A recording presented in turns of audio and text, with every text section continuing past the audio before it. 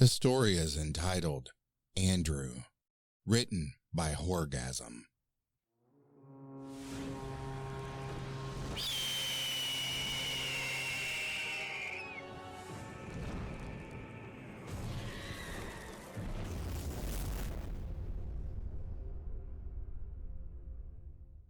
Carol wasn't exactly the most stable at the best of times, but I never thought it would go as far as it did. How could I? How could anyone? Yet, there I was, going to my neighbors' houses one by one, begging them not to bring it up. The barbecue was only a few hours away, and a lot of people had RSVP'd. Something that would have made me ecstatically happy just 6 weeks ago, but after everything that happened, it only served to fill me with dread. Now, I don't know if I'll ever be happy again. It all started when our firstborn, Andrew, came home with us from the hospital. He was the best. Carol's bright blue eyes and my big fucking ears. He was the best. Andrew died in his crib within a month. Sudden infant death syndrome, they called it. It certainly was sudden, all right. A meteor impact would have been less out of the blue. Carol didn't speak for over a week. She couldn't even attend the funeral.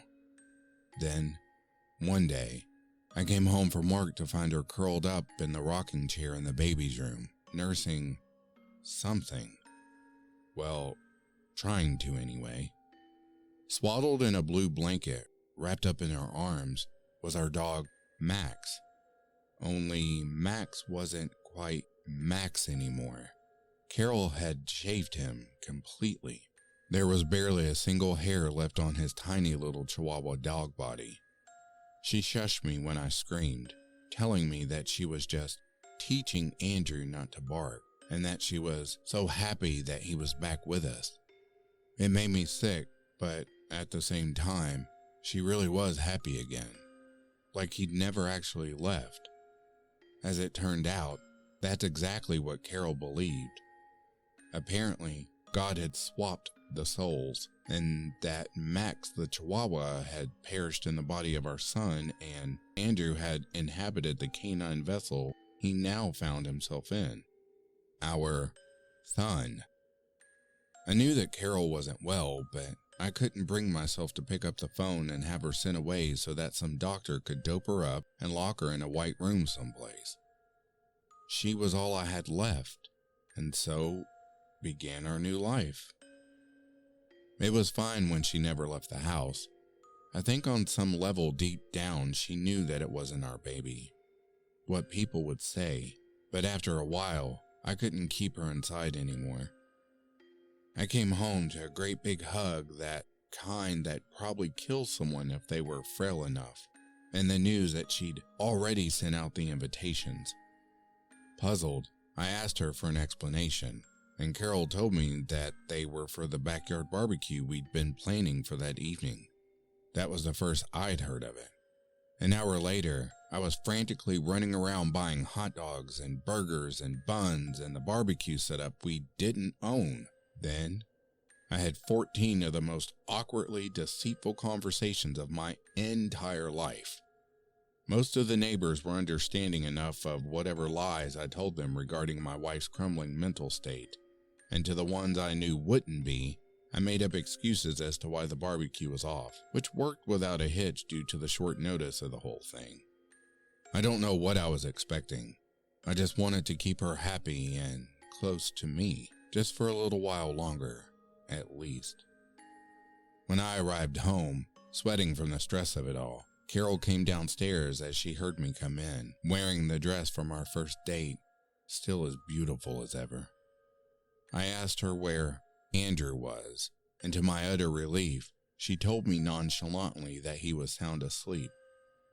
Feeling like I could finally relax, I took a moment in the bathroom to thank the Lord and splash some water over my face. Then, the guests started showing up. The Smiths, Joyce and Steve, knocked on the door at exactly 7 p.m., owing to Joyce's neurotic need to always be precisely punctual. I used this to my advantage and sent the couple into the kitchen to keep an eye on Carol, who was sitting rigidly in one of the lawn chairs out back, staring intently at a swallow as if it were revealing the secrets of the universe. Carol seemed to liven up as more people arrived, and for a short while, it was as almost if she was her old self again. Everyone was laughing and joking around, and the neighborhood kids were having a great time playing out in the street. I even started to enjoy myself, chatting shit about the football games I'd missed with Steve and cooking up burgers. Then, as if by some sick cosmic joke, the front door was all of a sudden being hammered ceaselessly. And then, the barking. Then the confusion on everybody's faces when Carol sprang to her feet, saying how she was going up to get Andrew. I begged her as she ascended the stairs, telling her not to bring him outside, but obviously she wouldn't listen to reason. Throwing the front door open, enraged and mortified, I was angry to see that it was that asshole from next door, Dale. He was pissed off about how I'd lied to him about the barbecue being off, and unable to think of anything to say, I let him shove past me with barely a word. An hour passed, then 2. The party was clearing out, and it seemed as if maybe Carol had listened to me after all. While I was in the middle of subtly trying to coach an already shit-faced Dale into going home, I heard her at the top of the stairs, humming a sweet lullaby. Grabbing Dale's arm and leading him outside, we were almost home free when my wife called after him as if nothing were at all amiss, asking if he'd like to hold the baby. Dale's face went white as he saw the bald snout poking out from within the pale blue bundle of blanket in her arms. About to speak, but unable to, he staggered outside, where I could hear him vomiting in our bushes. Before I knew what was happening, Carol had wandered by me and into the backyard, among the remaining guests.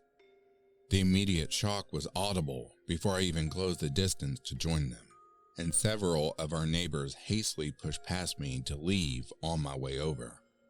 Steve and Joyce were frozen in place, shadowed by Michael and Jenny and their daughter Stephanie from across the street. All 5 were very clearly looking for a way out, as uncomfortable as I'd ever seen anyone. And I couldn't blame them. As I was whispering to my wife in between her swoons of, "Isn't he beautiful?" in a vain effort to lead her back inside, I heard drunk footsteps drag in behind us. "That's not a baby. It's a shaved dog." With one last gasp, the final guests took that devastating outburst as their chance to escape, which they did, quickly, thankfully pulling Dale along with them. Joining Carol once again in the backyard, I pulled her close to me and we embraced, cradling a swaddled Max between us. "I am so sorry, honey,"